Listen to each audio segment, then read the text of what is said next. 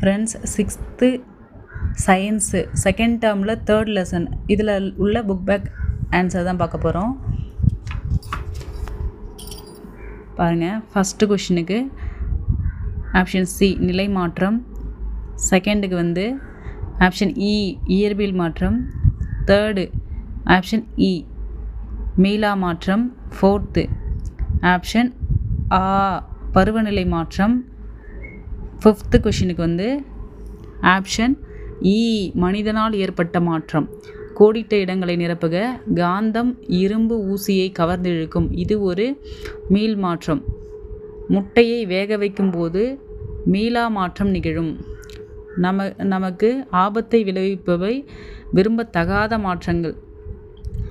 தாவரங்கள் கரியமில வாயு மற்றும் நீரை சேர்த்து ஸ்டார்ச்சை உருவாக்கும்.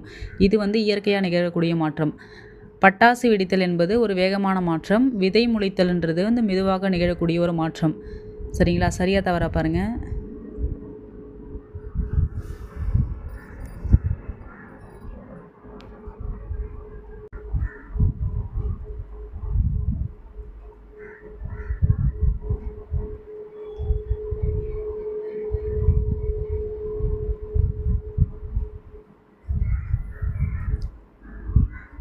எல்லாம் நானே படித்து குறித்த கொஷின் ஃப்ரெண்ட்ஸ்.